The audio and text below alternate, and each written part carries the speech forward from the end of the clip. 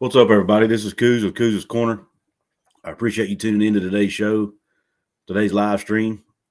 Kind of a surprise live stream, but I wanted to get together with Jorden from Country Roads Webcast. We're going to talk a little bit about the West Virginia football spring press conferences that happened earlier this week. Jorden, how you doing? Doing pretty good. Doing pretty good, Couz. Excited. You said Mountaineer football, so I came running. I hear you, man. Yeah, we all love our Mountaineers, man. And I've got our Jorden and myself, our quick Twitter handles scrolling across the bottom. If you guys want to check us out on Twitter. Jordan's part of the Country Roads Webcast team. He's got two other partners who join him a lot on and they talk WVU football, man. Do you guys do any basketball talk at all, or strictly football? Pretty much been strictly football lately. We've been doing some hoops periodically. I don't follow basketball as much personally. Right. I've told the story on the podcast a couple times before, but I mean, I do follow it, but not like as closely as I do football. So it's like I don't Okay. feel like knowledgeable enough to talk about it myself. So Steven has been hosting a CRW hoops show some periodically throughout the season. They're trying to get it back going. Work schedule's been crazy, but yeah, Steven, Bradley, and Ryder do a CRW hoop show, and then you can catch me, Steven, and Bradley talking Mountaineer football most of the time when we drop the podcast there.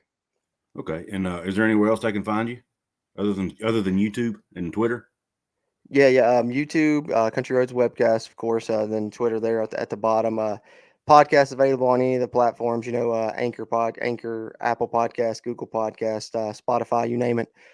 Find it on any of those, and then website we have Country Roads Webcast .wordpress.com. We got a little host blog on there. Sometimes we'll type a couple things up or something like that, and then you also can find the links to the YouTube and listen to the podcast straight from there as well. Cool. Well, I appreciate that, man. Everybody go check out Jordan and his team, man. They put out a lot of good content. They have really good chemistry together on screen. Or on, Appreciate that. yeah, I say on screen because I always watch you through YouTube. But anyway, they have really good chemistry and work good together, and they're very knowledgeable about West Virginia football. But let's get right into it, man. Let's do The it. coaches had their spring ball press conferences earlier this week.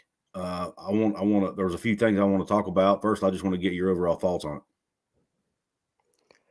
Well, I think that going into it, I didn't know if they were gonna talk about the transfers a lot, or if it would just kind of just be a preview of the spring, talking roster or whatsoever. And kind of ended up being more of just a preview of the spring, the roster. I know Coach Brown, he went on for probably about half hour before he even took questions, so it seemed like they really had a lot of stuff prepared more so than they were taking questions. I mean, they did take some questions, but I think a lot of the questions about transfers and stuff, they were just kind of wanting to talk about the roster that's here and do more of a roster preview type deal, which I thought was good. Gave us some knowledge and some insights into some moves that they made that I think we didn't know about, and then of course some injury updates as well. So all in all, if it didn't do anything else, it definitely raised my excitement level and got me more excited for spring football. Coming up, they got a start date for it now. I think he said March 22nd. So yeah, just kind of getting back into the swing of it, I guess. Yeah, I agree with that. It was, I think it was more or less. Coach Brown always comes prepared for these press conferences, and I've even heard him say that I tell you all as much as I can. Might try to, he tries to answer their questions in his opening statement as much as Hmm. possible. Um, but he's a master at he's a very good speaker, and he's a master at answering questions without telling you a whole lot sometimes, Yeah, which that's is true. kind of funny. But the one thing we'll just jump right into the big topic, and that's the transfer portal. One of the reporters asked him about it, and he said, in a nutshell, I want to talk about the guys that are here, and I don't like. He said it wouldn't benefit me or the program to talk about the guys who were leaving. And I think most coaches probably feel that way, but I sometimes as a fan, I think maybe he should be a little bit more open and honest about things. He don't have to throw the guy under the bus or talk crap about him, but you can tell the Right. fan base why guys are leaving, and they refuse to do that for whatever reason. And I was watching an interview with Deion Sanders a few days ago, and they asked him about a guy that transferred from Jackson State to LSU. I can't remember the kid's name, but and he's in. I think he's going to be drafted in the NFL now. And Deion was open and honest. He's why the guy transferred. He said he was only going to be here half the season, and he was going. And so we told him we were only giving him half a scholarship, and he didn't like it, and he left.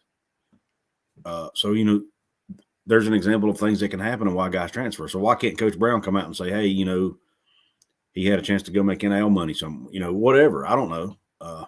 Right. I don't see why that would be detrimental. I personally don't know why it would be detrimental to anybody. But what's your thoughts on that?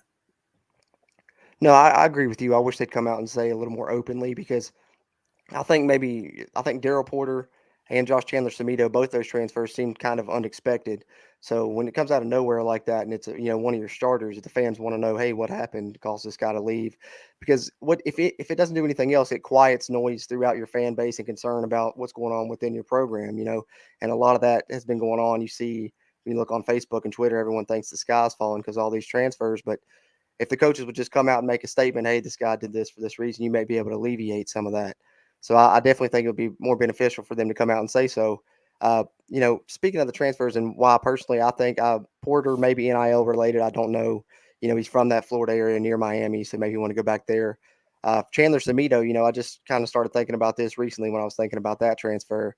I think, they didn't expect him to come back. And so they went and got, Lee Koba, and they kind of had him expecting him to be the starter there at that middle linebacker spot, replacing Samito. So then, Chandler Samito announced that he's coming back. He comes back into the program, and maybe he feels like they've already replaced me. Why am I even come back here? I can hit this portal and move. So maybe that was kind of the reason for his. I don't know. That's just pure speculation, but I was kind of thinking of it that way. That could be a reason why he wanted to leave. But either way, people are going to have to speculate like this because they won't just come out and say one way or the other why they transferred, which I wish they would. I'm glad they want to focus on the program and the guys that are here. That's good and all, but I think to quiet some of the noise throughout the fan base, it would be good to hear reasons why. I agree. I was I don't know if you had I had the privilege of interviewing Tyler Sunker the other day. I don't know if you had a chance to catch it yet. Yeah, I did actually check that out. I asked him about it, and he basically, in a nutshell, said there's only two reasons guys transfer now, and he said NIL is not usually one of them. But he said that. Yeah, I was surprised to hear that because to me, that's the way I always kind of figured was NIL or playing time. Yeah, they're either unhappy or playing time. And he said if they're unhappy, and he said usually with starters, it's not playing time, right? So it means they're unhappy. But that's true. And if you catch there at the end, he said so there might be a little bit of reason for concern. So because I asked him straight up, is there a reason for us to be concerned? And at the end, he kind of said, yeah, there may be. So that kind of worried me. But then I got to thinking about it. Most of the guys who are leaving are Dana recruits for the most part. Right. Chandler Samito's a Dana recruit. Winston Wright was a Dana recruit. Daryl Porter, I don't think Daryl Porter was, but he's an exception. But and he may have been. I don't remember what class he came in. But anyway, bottom line is most of the guys are, for the most part, have been Dana recruits that have left. And Dana and Neal are complete opposites, man. I mean, and they're running the program completely different. And if guys don't like it, they can leave, especially if you're a guy who can go get NIL money somewhere. You're more than you can get at West Virginia. And with Chandler Samito, I think he had put some stuff out on Twitter about NIL. So I think NIL may have played a role in his, honestly. Yeah. I'll talk his Pitt's already on here talking crap. Oh no. Can't wait to beat WVU September 1st. I'm looking forward to it. That's gonna be one. He's got a deal with Golden Blue Dude, another YouTuber who's if West Virginia wins, Talkers Pitt has to sing Country Roads. And Golden Blue Dude's going to film. I love it. And if Pitt wins, Golden Blue Dude's got to wear a Pitt shirt on his show. So, oh man, I'd hate to have to see him in that. Really, and I'm sure it would probably hurt to put it on. But anyway, Talkers Pitt, thanks for hopping on, man. I appreciate it. Definitely. We can talk smack and still be still support one another. But of course. But yeah, I personally think NIL may have played a role in Chandler Samito's decision. That's just my opinion. And in Daryl Porter, I think he may have left to go play for Jamal Adai. Yeah, I think that's a factor for sure. And also to be closer to home. And that's kind of got me worried now. If I'm worried that we will struggle to get Florida kids now. Yeah, that's the thing you have to worry about now is trying to keep up, in recruiting with this NIL and stuff, because West Virginia, I think that's why Country Roads Trust is such a big thing right now, but it's just limited money. And if it becomes a money game, that can really hurt, because what I worry about is West Virginia becoming kind of a stepping stone program, because that's kind of how it's been right now. If you look at this with the NIL and transfer portal, like the higher Power 5 level schools are rating the lower, and then they're rating the group of 5 in FCS for, their all conference players, and, they're transferring up. And I don't want West Virginia to get to the point where their best players, have a great season in West Virginia, and it's just a springboard for them to go to another school where they get more NIL money and more exposure. So I think, some kind of regulation in the transfer portal in NIL is going to be big. They're going to have to do something, whether it's the conferences doing it or the NCAA, stepping in and doing it themselves, I think, because that's one thing that I have been worried about as this has progressed. I was really excited for the NIL for the players when it was first announced, but now, getting into it a little bit, it does kind of make you worry a little bit as a West Virginia fan. Like, this could be a bad thing if they don't get a handle on it, or if we don't figure something out along the way. I totally agree. The Country Roads Trust is a great thing. I think it's going to help. Then you've got, companies like Toothman Ford that have been helping out. You've got, I don't know if you noticed, but the McDonald's app. Mm-hmm. There's a few players that have signed up with the McDonald's app to advertise that. So that's probably a pretty big deal. And then there's a law firm. So there are companies out there helping, but you don't hear about these big multi-million-dollar deals like some of the folks at other schools are getting. And that so that is a little concerning. And with the Florida kids, if they've got, I just don't know, are they going to be enticed to leave home now? Because now they can stay home, Mm-hmm. get NIL money, stay close to family, and it just, and with West Virginia, and I do think the Big 12 travel might play a role in some of these guys as well. I mean, their families don't get to see them play much. So I don't know, man. There's a lot of things that come into play, but I'm definitely concerned about the NIL stuff. And I don't know how you regulate it, because the schools can't have direct involvement in it anyway. So what can they really do about it, right? And it's a free market. So I don't know, man. It's unless the NCAA, like you said, unless the NCAA needs to step up and do something, in my opinion, and make some kind of rules so that everybody can be on the same playing field.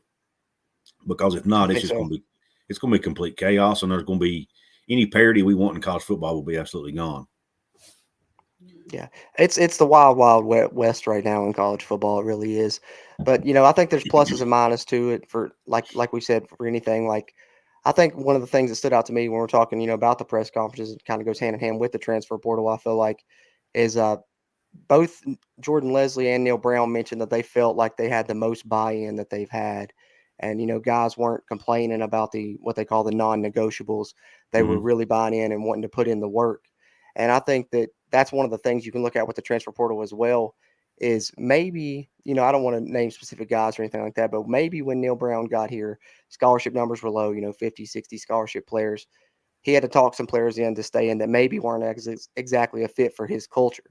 And as you said, Dana and Neal Brown are really different. So I think that maybe it also allowed you to, establish your culture, and players that don't fit that culture, you can say, hey, maybe, you want to see what other offers are out there for you, stuff like that. Because we've heard, Shane Lyons and Neal Brown talk about guys that they've called energy vampires in the locker room, and how they can bring down your locker room. And so I think that Neal Brown and Jorden Lesley sounded really excited about this roster. So despite the fact that West Virginia has lost players, I think West Virginia has brought in players that fit, and they've done a really good job of establishing a culture. And I think that starting this season, really, you're going to see almost purely Neal Brown players. There's still a couple leftovers. Next season will be purely Neal Brown players. So now, I think if you've been trusting the climb, that you've got the culture installed. And so maybe this is when you'll see, a corner turned with the way that they were speaking about it in the press conference. Right. Exactly. Everybody's on here, please hit the like button for us, if you don't mind. Help get this spread this live stream out. And Wilkie, I don't know how to pronounce your name, but to answer your question, send me a DM and I'll tell you. I'm not giving anybody free advertisement. I asked the guy to help sponsor me, and he wouldn't. So, and I don't hold any hard feelings, but I will tell you in a DM if you send me a DM on Twitter or Facebook, where I got it from. But and Talkie's Pit says, honestly, Florida kids should be easy to recruit. They are. I mean, I wouldn't say easy. I mean, you got Miami, Florida, UCF, USF, Alabama. I mean, everybody's going after Florida. Florida, to me, is probably the hardest state to recruit in, because it's the state that every single school is recruiting Florida, pretty much. So to me, It's it'd be the definitely hardest not easy, but It's definitely not easy, but West Virginia has had success there, so you would hope to be able to continue that. Travis Trickett was a big part of that, and that was a concern leaving him. And that's something else that I did pick up on, and Neal Brown mentioned is that Tony Washington's going to be the one taking Mm-hmm. over there recruiting Florida. So hopefully, he does a good job. I don't know if he's recruited there before, but we'll see what West Virginia does. But Florida, I don't think it's easy to recruit. West Virginia has had success, but continuing that success, like you said, Couz, I think it's going to be difficult. I agree, and we have had great success there. And Tonga's Pitts, that half their roster's from Florida. A big chunk of ours is too. Mm-hmm. Unfortunately, a couple of the guys we've lost have been Florida guys. Porter and uh, Wright were both from Florida, and there's probably maybe some others. I just don't. I just know for sure those two guys are from Florida. I don't know where Chandler Semedo was from, but I can't remember right off. I one think thing I too, think he was Ohio. I think he was Ohio guy, maybe if I'm not I'm thinking mistaken. so. I'm thinking he was somewhere in one of the states surrounding us. But another thing I picked up on, and I'm sure you picked up on this too, is they're talking about, kind of touching on what you said earlier, the roster now. He said Mm-hmm. they've got guys that are. He said every guy here is excited. Every guy here is bought in, basically, to paraphrase. And they said this is the hungriest group they've had since they've been here. So that tells me that the culture change this might be the year the culture change, like you said, actually takes effect. And a Yeah. lot of the guys that are still holdovers from Holgerson's era, two of them that come to mind are Dante Stills and Bryce Ford Wheaton. Both of those are legacy guys. They both Mm-hmm. had parents who played at West Virginia. Those guys probably grew up bleeding gold and blue. So you know what I'm saying? So they're probably bought in just because they're wearing the gold and blue on their back. So I'm really excited about hearing that. I also heard that they said that it's probably the fastest team that they've Yep. had. And that made me wonder about Semedo too, because Semedo's strength, he wasn't a fast guy. He was a great tackler, Right. tough, aggressive, but he wasn't very fast. So maybe there's something to that. Maybe they had a position change in mind for him, like you mentioned earlier, or something like that. And he didn't, he wasn't really on board with that. So, because I find it ironic that as soon as it seems like after everybody came back for the spring workout or winter workouts is when we had these two big transfers out. So Yeah. maybe they The sat down and timing was weird. maybe they sat down and had a conversation with the coaching staff and decided, they weren't on board with the direction they were going. But what do you let's move over to, you got anything else you want to add on that? No, I think I'm good. Like I said, the things that stuck out to you stuck out to me too, about this Okay. being the hungriest team and the fastest team, and those are the two things that kind of got me excited. Like I said, for the spring to see if that holds true. I want to kind of give it to the eye test. Because not to say that they're not being honest, but they've said things before, and when you've seen it, you're like, I don't know if that was true. Yeah. Don't you have a new wide receiver coach? Yeah, we do. That was Jorden mentioned him a minute ago. Tony Washington. He's out of Coastal Mhm. Carolina. They've got him recruiting the North Carolina and Florida because he's from North Carolina. He's got a very good pipeline there. Matter of fact, I think he actually Coastal Carolina had beat West Virginia out on a couple guys that he recruited. I think so. I think he's a really good recruiter from what I've heard and read about him. Yeah. And then I Good. got Browns and Beers here. Thanks for stopping in. It says, I think Green's the favorite of the coaching staff going into spring practices, just from Harrell's comments when he was first hired. I'll give my thoughts on it and then hand it over to Jorden. But I personally think that based on those comments, I felt like Goose Crowder was his guy because Hmm. he was raving about Goose Crowder's presence. And, he just had that it factor. And the only thing he said about Garrett Green, it was he could run around and make plays. I mean, he didn't really elaborate on a whole lot. So that's not necessarily a bad thing. I mean, you can read anything you want to into that, but he hadn't had a chance to see any of them play yet. So until he has a chance to see him on the field, I think it's going to be hard to really even – everything's a guess at this point. But I anticipate that either Crowder or Marchio will be the starting quarterback going into 2022. What do you think, Jorden? No, I think I pretty much agree with you, and I've had that stance, throughout the offseason that it was kind of going to be Markio or Goose, and I think listening to Graham Harrell's first interview he did, with the Mountaineer Insider podcast, not long after he was hired, I like you thought he mentioned Goose Crowder more than the other guys, and that kind of stood out to me. But here lately, one thing that I've noticed is I think Mike Kazaza was the one that pointed this out. Was the Graham Harrell when he was at North Texas had that quarterback Mason Fine, and he was kind of similar to Green in build and the way he played, kind of a run first guy that he developed, and he was started as a true freshman. I think he ended up being a 4-year starter, broke all kinds of records at North Texas. And Mike Azazel was pointing out how Garrett Green is very similar to Mason Fine, and so that might be something Graham Harrell wants to pick up on. So previously, I'd kind of thought that Green was kind of the odd man out, and it was kind of going to be between Marchiol and Couz. Now I'm kind of another mind where I think it's definitely anyone's job.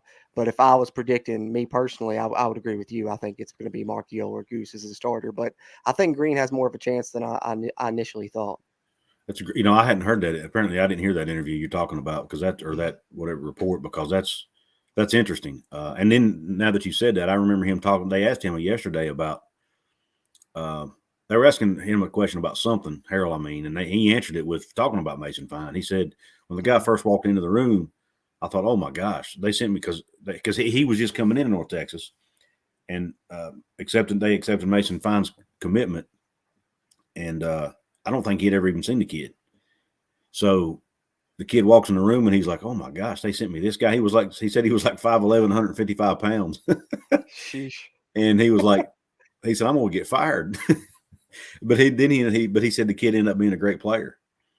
And so he said it's changed his opinion on, they were asking about the physical attributes of a quarterback that he looks for is what they were asking him about. Right. And he said that changed his opinion on a kid being a certain size or a certain stature he said all that kind of went out the window. So that's a great point, because Garrett Green's not a big guy. He's only about 5'10", 5'11". Not, kind of little, I wouldn't say he's scrawny, but he's not real big. And right. So you're right. He does kind of fit that mold. So maybe, and I'll tell you what too, man, I'll be interested to see what Tony Washington brings to this team, because his background has been a lot of option type offense. I wonder if they can throw some wrinkles in from that offense as well, and kind of mix the two offenses together, man. That would be pretty cool. I hope they do. I want to see, a little bit more of that run, especially, thinking about the glory days with, Pat White and Slayton. We ran the option a little bit. And if you mix that in with a little bit of air raid and kind of get the best of both worlds, that could be really lethal offense, I think. I agree. And Will can answer your question. To me, if he doesn't win at least 7 games, it'd be hard to keep him around another year, in my opinion. I hate to be that way. 6-6 isn't gonna do it this year. I think this is the show me year, the year he needs to have, like you said, at least 7. Ideally probably 8, but at least 7. I think this year. I agree, and 7 with a vast improvement on the offensive side of the ball. Yeah, because if we win 7 and our offense still looks like garbage, then I don't know. Of course, then he could point the finger at Graham Harrell, right? Yeah, he's got a scapegoat now. Yeah. Saugus Pitt says it's going to come down to the spring game to decide if we start Slovis or Patty. From what I've seen so far, it will be Slovis. Patty has already thrown in 2 interceptions in practice. Yeah, Slovis, from what I don't know a whole lot about the other guy, Saugus Pitt, Patty. I'm not familiar with him. And, of course, obviously I don't follow Pitt that closely. But from what I'm hearing about Slovis, the kid was a stud at USC. So I wouldn't anticipate he's probably going to be your starting quarterback going into game 1 with us. I assumed it would be Slovis. Yeah, which is a whole new great storyline with him and Harrell going against each other. Yeah, and especially being one of the first games of the season, you should get plenty of play there on ESPN with that storyline, and being one of the first games should be a pretty hyped up game. I'm excited for it. I think it'll definitely be Slovis, and I think I heard Graham Harrell, he was even talking about Slovis and how good his footwork and stuff was in his press conference, here in West Virginia, when he was talking about, they asked him about true freshman quarterbacks. And of course he started talking about when he was coaching Slovis. So I think he has a lot of respect for the guy. So I definitely think it'll be interesting to see the chess match between the two, Slovis when he's on offense, and then Graham Harrell running the West Virginia offense. Yeah. Yeah, I agree. Saugus Pitt says, I will go, the takes WVU will go 6-6 with a bowl win to make it 7-6. I hope it's a better year than that, man. I don't know if the fan base is going to accept that. They'd probably run him out of town. Yeah, I don't think so. I don't know. I haven't, taken a close enough look at the schedule to make a prediction, but yeah, I'm definitely hoping more than 6 for sure. Our out of conference stuff with Pitt and Virginia Tech, and both of them on the road. That's the part that that kind of worries me. Yeah, absolutely. I think beating that, if you can win that Pitt game, first game of the season, probably going to be a ranked Pitt team, on the road. And, of course, the rivalry, that'll really buy Neal Brown a lot of goodwill, for that first half of the season, I think. Yeah. Browns and Beer says, I think if you start Nico and go 7-6, I could see the argument of keeping Neal with vast improvements all around and probably taking some tough losses with that.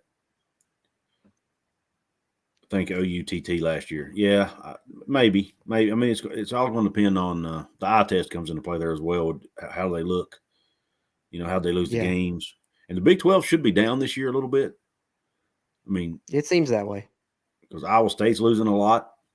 Oklahoma's got a new coaching staff. I still think they'll be good. They're Oklahoma. I think Texas will be a little better this year, but I still think they're in rebuild mode.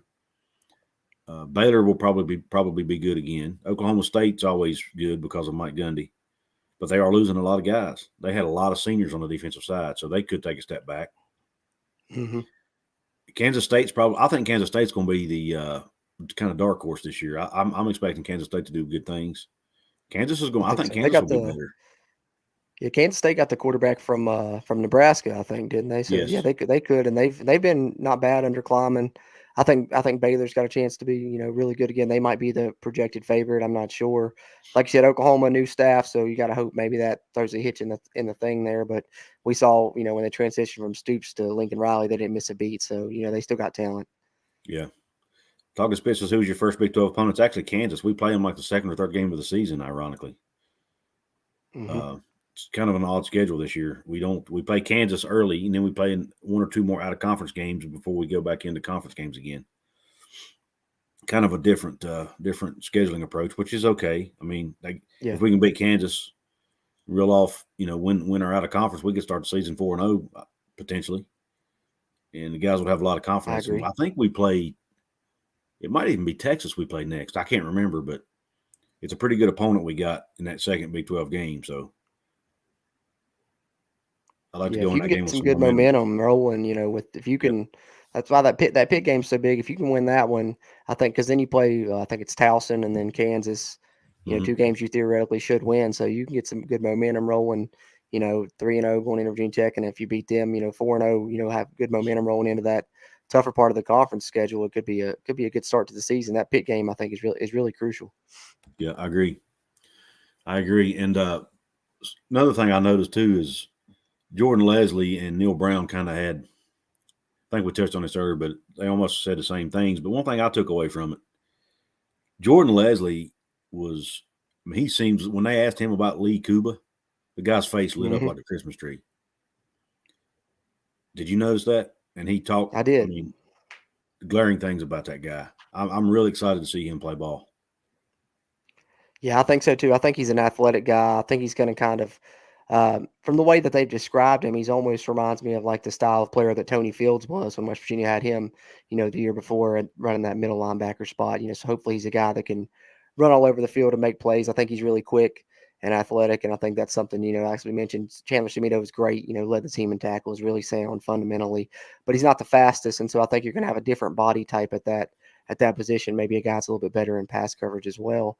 So despite the inexperience, like as we said, Neal Brown had actually, came out and said, he really likes the talent. And he will always value talent over experience, was, something that we said kind of stood out. And I think that's the situation you're looking at there. And like I said, maybe that Chandler Shimito saw how much they liked him, and that's one of the reasons he decided to leave. Yeah. But I definitely noticed the comments about him, and I'm excited to see him. I am too, man. When I read up on him, I didn't realize he went to Syracuse for a year. Mm-hmm.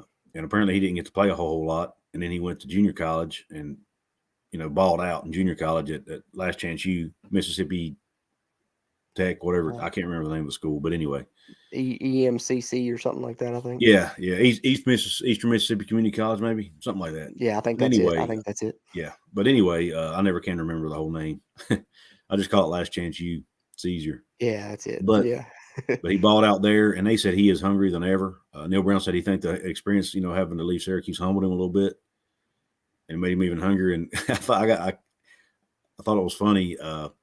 Jordan Lesley said he was talking trash to a tire as he was flipping it. Yeah, that's competitive right there. Yeah, absolutely, man. I mean, and what else do you want at your linebacker spot, right? That's the kind of guy you want. Absolutely. And Absolutely. the defensive secondary is going to be really young, which is a little concerning, but they also said they're going to be really long and really fast. So Yeah, the safeties are young. I'm a little concerned about it, but they did mention.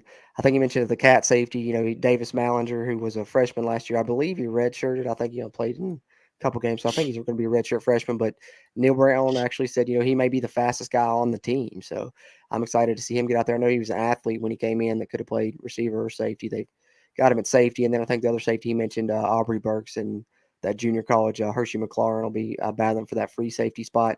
But at corner, I like what they've got. I think Charles Woods, I think, was really solid. Brown pointed out, he was best passer rating in coverage in the Big 12 according to PFF last year, and they really liked what he did when he came along. And then you'll have Nick Troy Fortune back, and then they brought in that other corner from Murray State, Marcus Floyd, and he's kind of similar to Charles Woods. Charles Woods was an all-conference player at that level, and now Marcus Floyd is as well. So I think you got three guys there that can really play. And then of course you're bringing in Jacoby Spells in the summer as well. But in the spring they also mentioned Andrew Wilson Lamp, who was a converted receiver, and they mentioned he's probably the fastest of the corners. He's a guy that's got potential as well. So I like the bodies in the secondary despite it being really young. I like the talent and potential they have there. I do too. And I look back, the 1 year we had Tyke Smith here, or maybe we might have had him for two. Anyway, he played well his freshman year. So you can play well as a freshman. Right. It's just not ideal, but we got a good mix. I mean, we've got some veterans up front with Steele and Messidor and those guys, and then we've got a couple of veterans in the middle with extra, or at least one anyway with extra low. I wouldn't call Lance Dixon. Lance Dixon's only been here a year, so I don't know that I call him a veteran. Right. But he did play somewhere. He transferred in from was it Maryland? Penn State, I think. Penn State, yeah. So you can call him a veteran because he's played he's played FBS Power 5 football for a while. So we've got some veterans up front in the front seven that can help. And Nick Troy Fortune, man, that guy, they say he's an awesome leader, and the kids really look up to him, even though he hasn't played a whole lot of ball. So I think he can take ownership of that, under the leadership role of that defensive backfield, which should help. And they need it. So I'm excited. I am.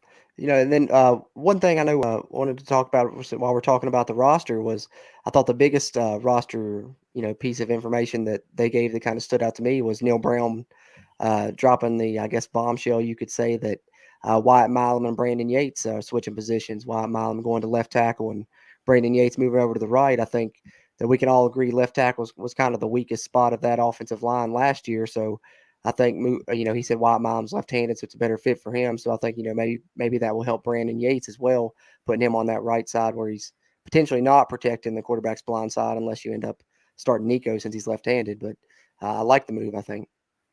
Yeah, I found that in, and I actually asked underneath when I was watching it on, I think I watched it on Facebook or something. Anyway, I put a comment. I said, I wish that I asked him. I wish the reporters would have followed up and said, well, if you start Nico, are you going to move Wyatt back to the right side? Yeah. That's what I was curious too. Well, because that's one of the things when I was considering Nico starting, I was like, well, Wyatt Milam's, probably one of the better offensive linemen, going to be, right. And you'll have him protecting the blind side, so you won't have to worry about that left tackle so much. And then he comes out and says they flipped him, so I was like, wait, is that a knock on Nico that you're expecting the quarterback to be right-handed? And then I was like, no, I'm just buying too much into it probably, but I do think it's interesting. Yeah, I'm same with me. But Neal Brown did say one of the reasons he made that move was because Wyatt Milam is left-handed apparently, and he's more comfortable on that side. They said it fits better so that makes sense, I guess. If I don't know enough about offensive line to know the difference there, but right, me neither. But I can see it. It's a natural. You're naturally going to be able to move your left a little easier if you're left-handed, I would think. So if you got blockers coming off that edge, he probably feels more comfortable moving that direction. Probably has something to do with footwork and hand placement, that kind of stuff, I would imagine, which goes way above my head, to be honest. But Talkers Pitt talked about, thanks Nighttime for hopping on, man. I really appreciate you. You always support me. He's a UCF fan. Talkers Pitt says, fun fact, our new OC, Frank Signetti Jr., has his dad, Frank Sr., was the WVU head coach for some time. Yeah, I knew that. It's interesting. I think he was right before Don Nealon, if I'm not mistaken. I think so. Yeah, I think that was the predecessor. Yeah. And in outlaw college football, my buddy stops on and says, "I just happen to be awake because of nature calling. This is way too early for us tequila drinkers." Early morning stream. Yeah, man. Let's see. I've got a super chat here. Thanks for the super chat. Outlaw says, "I just happen to be." Oh, must be a different one. Did you drop another chat? Huh. I thought I saw Go. two in Oh there. no, that was a super chat. Thanks for the super Oh, chat, okay. man. It didn't show up as a super chat at first. But anyway, yeah, I was really, I mean, that if nothing else, watching that president's press conference got me excited for the season. Which Definitely, like you and I were talking earlier before we started recording, man, it's but the problem is they did the same to us last year, man. So I'm a little bit gun shy about getting my expectations too high. What yeah. about you? I feel the same way. I feel the same way. It's like I said, it got me super excited. And then as I'm listening, as I'm getting excited, I had to kind of remind myself, like, all right, just hold on, just wait, give it the eye test yourself before you buy too much in, because last year, I felt like I really bought in. I think a lot of the fan base did. To the point, we do our season prediction roundtable. A couple weeks before the season every year on the Country Roads Webcast, and I think all of us predicted. I think one of us had 8 wins, one of us had 9 wins, one of us even had 10 wins because of the things they were saying and how excited they had us. So I don't want to get to that point to where I'm like predicting too much, but then at the same point I don't want to undersell it either, because I think this can be a pretty good team. From the things they've said, especially with the way the defense is, the defensive line's really deep. I think they can go 10, 11 deep on that defensive line, and Graham Harrell was really gushing about the offensive line. And I think when you're building a program, that's how you want to build it, is starting in the trenches. And I think West Virginia is strong on both sides of the ball in that area, and will be. I think the offensive line will surprise some people. So I am excited, but I definitely tempering expectations a little bit after, some of the stuff they told us last offseason that didn't turn out to be exactly true. Yeah. Yeah, that's last year really taught me a lesson, because I think I predicted 8 wins. I predicted 9 was the ceiling, but I predicted 8 would probably be more realistic. Mm-hmm. And I just honestly, they could have won 8 games. They they had so many close games. The Oklahoma game comes to mind, the Maryland game, Yep. the Texas Tech game. I mean, look how many games were within one possession of being flipped our way. One mistake cost us a game like 3 or 4 times. So Mm-hmm. it's I think they're really close. And all this talk about the transfer portal, man, I know that's the topic everybody wants to talk about, but I really think it could be, and maybe I'm wrong, maybe I'm too optimistic, but I think it could be an addition by subtraction Yep. type situation, where the guys that are leaving are not fit for the culture, and they might be. And Neal Brown even mentioned this, or one of the coaches one of them mentioned it, about the last 2 years, the last 3 years, they have had at least some guys on the team that weren't really pulling the rope in the right direction, and were kind of like, this time of year they were not buying in, they were complaining, they were not didn't have good attitudes. He said this year there's not one person on the team doing that now. Right. So that's telling to me, because say what you want, you can have all the talent in the world, but if everybody's not pulling the rope in the same direction, it's not going to work. Mm-hmm. So that's one positive. I really think this team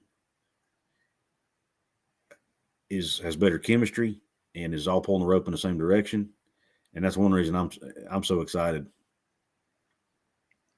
No, I agree. I think there's complete buy-in, like they said, basically for the first time.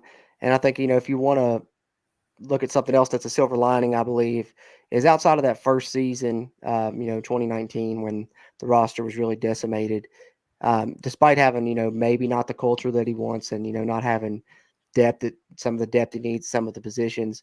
I think Neal Brown has shown that he can find ways to be competitive and stay in the games and keep them close, and have his team with a chance to win it in the end. It's been very rare outside that very first season that West Virginia has been, completely out of the game, start to finish, Mm-hmm. blown out. I think that's something you can look at And then if you look at it now, when you get the culture and when you have the guys that you want and the pieces that you want, and especially hopefully if this offense can improve, you're gonna win some of those 50-50 games. I think, being that close, there's no way that coin's not going to flip the other way eventually. So it's definitely exciting to hear him talk about the complete buy-in and knowing that West Virginia's been in these games, and they're closer than a lot of people realize. This season does have good potential, I think, despite saying what we said about, them saying some things in the past and them not turning out to be true.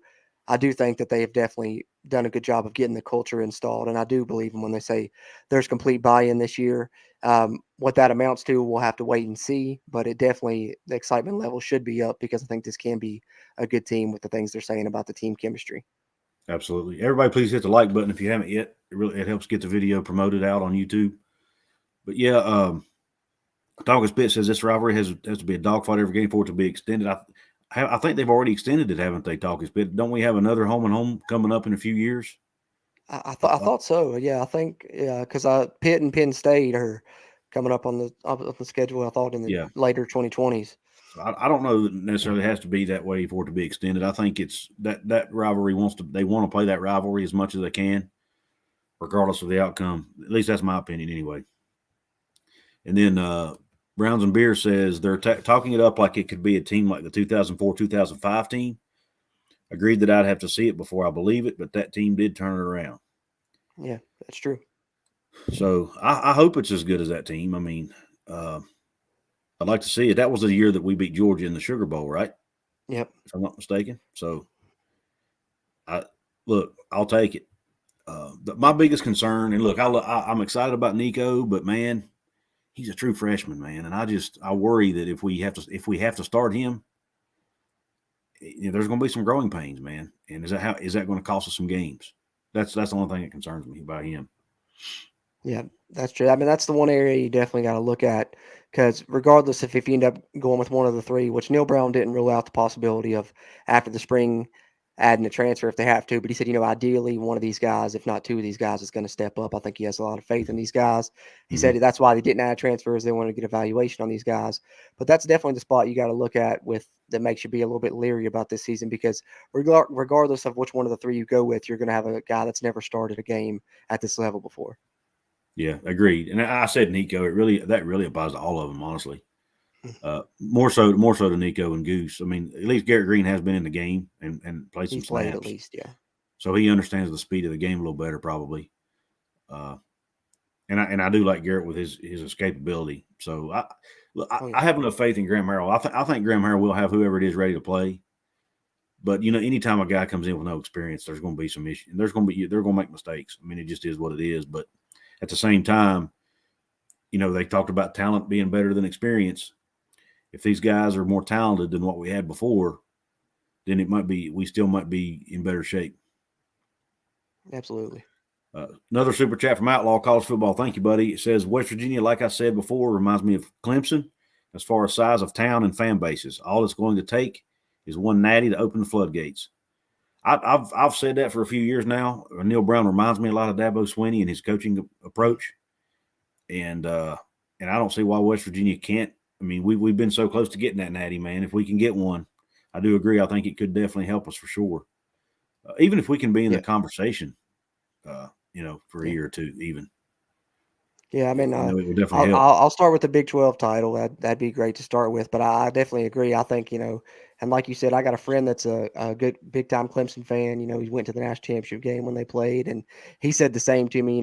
When we hired Neal Brown, that he thought he reminded him a lot of Dabo, and I've said the same too. So I think that West Virginia does have that type of potential because West Virginia, as we all know, top 15 all time winningest program, probably the winningest to never win a national championship. And I think if that really can open up doors for you. West Virginia wins a national championship, it could be, the start of another era like we had, 2005 to 2007 where, they won, 11 straight games, all 3 years. And you could get back to that type of level. I think, winning the conference and getting to the playoff even could maybe put you there. But it's just the fact of doing it. But I agree. It's definitely possible. Yeah, definitely. And I appreciate the super chat. Anybody else wants to drop me a super chat, I'll definitely appreciate it. It highlights your comment, helps me see it a little bit easier. Got one here. Wilkie says, "We need a bridge QB before we go to Nico." I thought that at first until we hired Graham Harrell, and with his experience developing young quarterbacks, I'm not as worried now. Like I said, they are going to make mistakes because they don't have experience, but I'm not as worried as I was before that hire was made. Yeah, exactly. I agree completely. I felt the same way. And then once you hire Graham, you've got a guy that has shown that he has had success with quarterbacks that haven't even started games before. So I think now that you're good to go with one of these three, as long as they show that they have the capability to do it throughout the spring. Yeah. Talkers Pitt says, "I think WVU should move out of the Big 12 and into the ACC," which actually segues into what I wanted to ask you, Jorden. I think being in the Big 12 hurts your recruiting. What is your opinion about, where there were some rumors and some talk that West Virginia would like to get in the ACC? And I know a lot of the fan base wants us to go to the ACC. And I do in a way, but what's your opinion on it? Well, I think that geographically, of course, it's the best fit. I think everybody's always said that the ACC it would be a great fit for West Virginia. You get back some of your rivals, and I think that it's the best place for West Virginia. But having said that, I think that the Big 12 now, as it's going to look in the future, when they get to the new add the four, and then you get the new look Big 12 with BYU, Houston, UCF, and Cincinnati. I like West Virginia in that conference. I think that you get a couple closer teams, in Ohio and Florida. You hopefully get a little bit less travel for those games. ACC is the ideal fit, but I don't know if that's in the cards for West Virginia. So I've tried to look at the bright side of being in this new look Big 12. Mm-hmm. And to me, the thing I like about it is it kind of reminds me of the Big East towards the end when West Virginia really, had a lot of success. Is there's not really one, huge team. You got Oklahoma State and you're going to have some of the Texas schools and stuff like that, but there's no blue blood team, that any one of those teams could really take hold and start to run that conference. And why not West Virginia? They've done it before in the Big East. And so I think with this new look Big 12, West Virginia is in a good position to where they could compete for a conference title potentially every year. And with the teams the Big 12 added, they're going to keep their probably, not an automatic bid, but be, a Power 5 school and have a chance to be at the playoff if you win that conference. So I like West Virginia's position in the new look Big 12, actually, believe it or not. I do too. Here's my approach to it.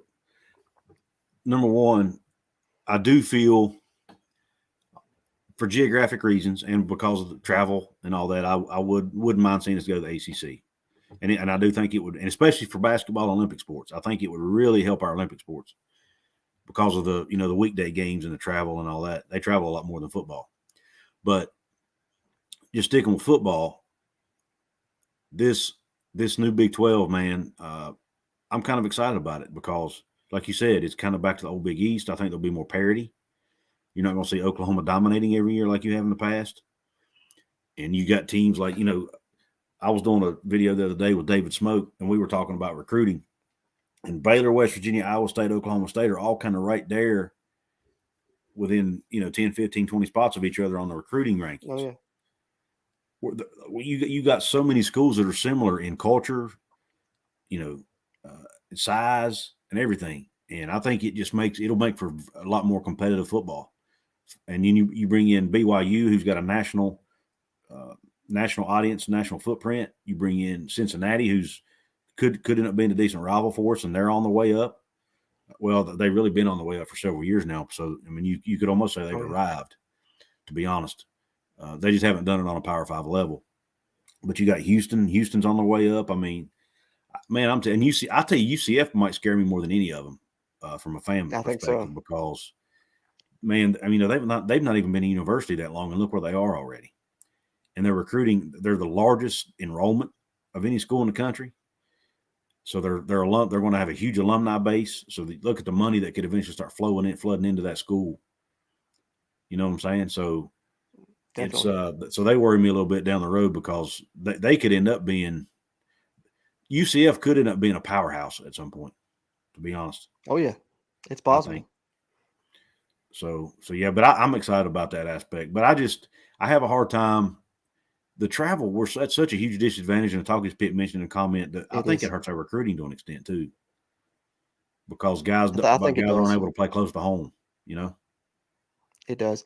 I think getting teams on the East Coast with you was big. One of the things that you got with this new look Big 12. You do get UCF and Cincinnati, so I think that'll help with the travel as far as away games. Hopefully you'll get to go a little bit closer with those two, but definitely I think it hurts. And there's an argument to be made. I don't think in football as much because it's a week between games, but basketball, I think you can't rule out that it takes a toll on those players having to do that much traveling, and maybe it takes a toll on their bodies.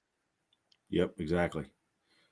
Outlaw says, I know West Virginia wants ACC for the old rivalries, plus it would force Virginia to play WVU. True. They're one of the ones who've kept us out. Browns and Beer says the Big 12 is a better cultural fit, while the ACC is a better geographical historical conference. I agree. That's exactly how I feel. Yeah, that's good. Right yeah, there. And to be honest with you, the SEC would kind of fit both as far as culture and geography. Wouldn't be as good a geographical fit as the ACC, but culturally I think we fit culturally with the SEC. And I honestly think we might would have, if the SEC ever expanded, I think we might actually have a shot at getting in. I do too. I think that West Virginia is a good team that conferences would want. I think if realignment ever kicks up again, West Virginia I think is a big piece. Yep. And then Ronald Woodson said, I would say the Big Ten would be best. The Big Ten's best geographically, absolutely, Ronald. And thanks for hopping on here. But the Big Ten is really strict about that AAU accreditation. AAU, yep. And West Virginia doesn't have that. Right now, the only school in the Big Ten that doesn't have it is Nebraska, and they had it when they joined. So I think as long as they can get it back, they'll be okay. But that is a requirement to get into the Big Ten right now, is that AAU accreditation, which is an academic thing. I mean, I wouldn't mind playing. Yeah, I wouldn't mind playing in the Big Ten. I just don't think it'll ever happen unless they happen to get AAU accredited, and I don't know what that takes. Browns and Beers has visited 4 out of the 9 other schools for games. Schools like KSU, ISU, OSU are pretty much just WVU surrounded by farmland. Yep, exactly. Browns and Beers. Oh yeah, very similar. Very similar. And you're a loyal fan. You travel that much. Maybe that's for sure. I've never been to a Big 12 road game. Last year I went and watched them, play Maryland. That's far enough for me. I hear you. ACC's old rivalry fit, but go for the Big Pie. Petition the SEC. Culturally is a better fit. Screw the Pitt rivalry. I don't know if I'm gonna go that far. I'd like to keep the rivalry with Pitt. Yeah, definitely. I like that one. I don't see why we can't do both. And then Togus Pitt says, even if y'all don't move, please keep the backyard brawl past 2025. WVU and Pitt need to agree on that. But from what I'm hearing, if one of us dominates the series, they won't renew it. That's very possible. I don't see one team dominating, though. I think both programs are in a similar spot. I mean, obviously Pitt had a really good season.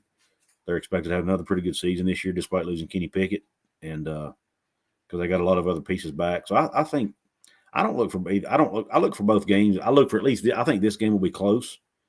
Yeah. I don't think either team will dominate. Now, what happens in year 2 of the rivalry game, who knows? Because Pitt will be losing a lot of guys, and West Virginia might be too. Who knows at that point? It's hard to tell anymore. It's year to year now. Yeah, but yeah, I like I said, I'm happy. I'm at a point where I'd like to be in the ACC, but I'm happy where we are at the same time. So I'm kind of content either way. Likewise. So, well, Jorden, do you have anything else you wanted to talk about? No, man, I think we pretty much dug into it pretty good. A lot of good stuff about the roster, transfer portal, all that. I really appreciate you having me on. Give me a chance to promote the Country Roads Webcast a little bit. We've had the podcast going for a few years, but realized people like to watch the podcast too. So started the YouTube thing about a year ago, and been trying to do a little bit more with that. Put out some YouTube exclusive stuff on there. So definitely check out Country Roads Webcast YouTube. Subscribe to it if you like what Couz does. We don't talk as much about all of college football. It's pretty much WVU centric, mainly WVU football. But if you're a West Virginia fan, definitely check it out. Or if you're a fan of another team and want to know about West Virginia, you can always check it out as well. But definitely really excited for the season. Really excited for spring ball to get going, and we'll have to get together again and talk about it as it progresses. Absolutely. I had an interesting comment here. And y'all go check out Jorden and his guys, man. I really do like their show. They're one of the. I always try to watch their show when they put it out. your partners, Bradley and Steven, right? Steven, yes, sir. Yeah, they do a good job. How long have you guys been doing podcasting? 2018 was the first year, and really YouTube just started. About last year. We did a couple of little things in 2019, but really tail end 2020, 2021 when we really started picking up the YouTube side. But yeah, podcast been going. This will be the fourth season, I guess, fourth or fifth year. So I think 2018 was the first season. So yeah, fourth year coming up. It's crazy. Awesome. Talkers Pit says he subbed to you, man.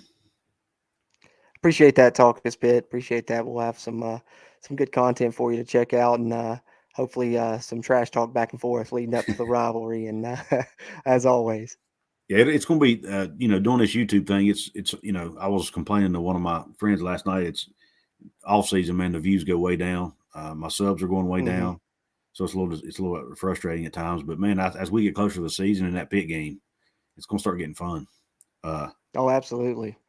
Ronald Woodson says the Big 12 should offer Georgia Tech in Memphis, then rotate Big 12 day every year in Atlanta, Orlando, and Dallas would offset the recruiting losses you might have, plus more exposure. Oh, you talking about Big 12 Media Day? Yeah, I see what you're saying. Yeah, I've always thought that they should move that around. I've never understood why they have to have it in the same location every year. I just don't know that I've never thought it made sense. If you're if you're bringing in teams from other, and then maybe they will once they get more teams from the East. I don't know. Right now, I guess being Kansas City, it's kind of centric to everybody's. But even that, I mean, the Texas schools, it's not really centric for them. But I don't know. I've always had an issue with how they do that kind of stuff. I feel like it needs to be moved around, but that's way above my pay grade. But I do like that idea, Ronald. I think that's pretty smart, man. What's the channel name? It's Country Roads Webcast, Gamecock Chuck. Thanks for hopping on here. Gamecock Chuck does he's a big South Carolina Gamecock fan, obviously. Oh, okay, nice. They got Frank Beamer's son and Spencer Rattler now, so they might have a pretty good team this year. I think they might make some noise in that SEC East this year. Yeah, I think so. Yeah, it's appreciate you asking about it. Yeah, Country Roads Webcast. Scrolling on the bottom there, that's just like that, just Country Roads Webcast.